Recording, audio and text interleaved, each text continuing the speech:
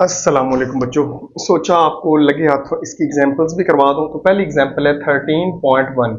N ideal gas has density, pressure इतना, temperature इतना, find root mean square value. तो बच्चों आपने यहाँ पे डाटा लिख सकते हो। Rho is equal to 4.5 kilogram per meter cube, pressure is 9.3 10 is power 5 pascal या न्यूटन पर मीटर स्क्वायर हो सकता है।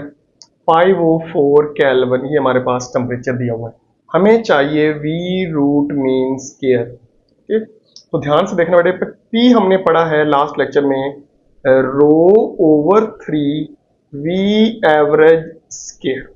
ओके, तो अगर मैं वी एवरेज स्क्वायर की वैल्यू निकालूं तो ये बनेगा 3p ओवर रो। ओके बच्चों, अगर मैं इसका अंडर रूट लेता हूं ना बच्चे, ध्यान से देखना, तो एवरेज का जो अंडर रूट होता है वो कहलाता है root mean square value. Okay, तो रूट मीन स्क्वायर वैल्यू हमारे पास आ गई 3p ओवर रो। ओके, तो आप वैल्यू पुट करो, 3p की वैल्यू हुई 9.3 10 रेज पावर 5 ओवर रो।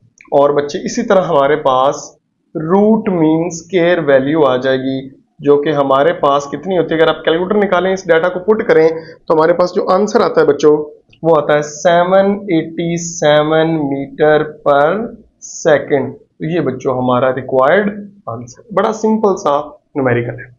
नेक्स्ट न्यूमेरिकल हमारे पास, what is the RMS value of oxygen nitrogen at room temperature. और रूम टेम्परेचर है कितना, 25 सेल्सियस। इसको आप केल्विन में चेंज कर लो, 298 केल्विन। ओके, तो ये हमारे पास टेम्परेचर आ गया। हमें चाहिए मैस ऑफ ऑक्सीजन।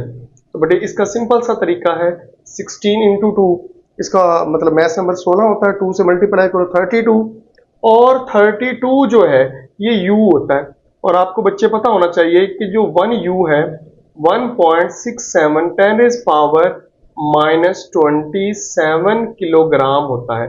तो इस तरह मैस ऑफ ऑक्सीजन बच्चे हमारे पास क्या आ जाएगा, 5.3 10 इज पावर 26 किलोग्राम। इस तरह बच्चे हमें चाहिए मैस ऑफ नाइट्रोजन एंड तो 14 इंटू 2 28। तो 28 को हम मल्टीप्लाई करेंगे यू से, 1.6 10 इज पावर -27। तो हमारे पास बच्चों मैस ऑफ नाइट्रोजन जो आता है वो हमारे पास आता है 4.6 10 इज पावर -26 किलोग्राम।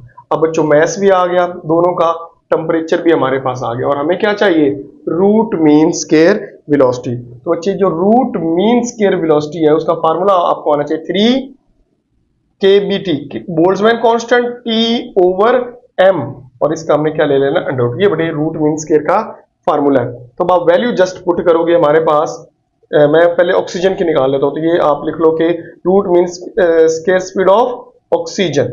तो बच्चे 3 बोल्ट्जमैन कांस्टेंट होता है 1.38 10 इज पावर -23 बच्चों, और T हमें दिया हुआ है 298 केल्विन, ओवर मैस है हमारे पास ऑक्सीजन का 5.3 10 इज पावर -26। इसका अंडर रूट लो, तो हमारे पास VRMS ऑफ ऑक्सीजन हमारे पास क्या आती है बच्चों, 481 मीटर पर सेकंड।